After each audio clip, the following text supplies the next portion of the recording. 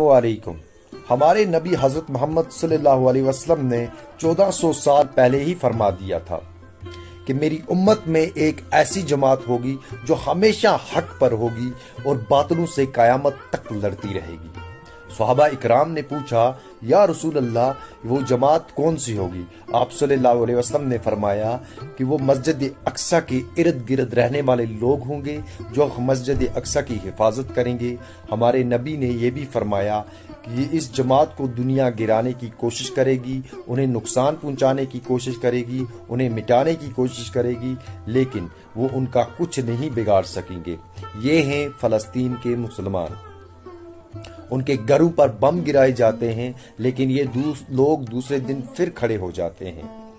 अल्लाह फ़लस्तीन के मुसलमानों की हिफाजत करे और उन्हें जन्नत में बुलंद मुकाम अता करे। सभी मुसलमान कमेंट में आमीन ज़रूर कहें।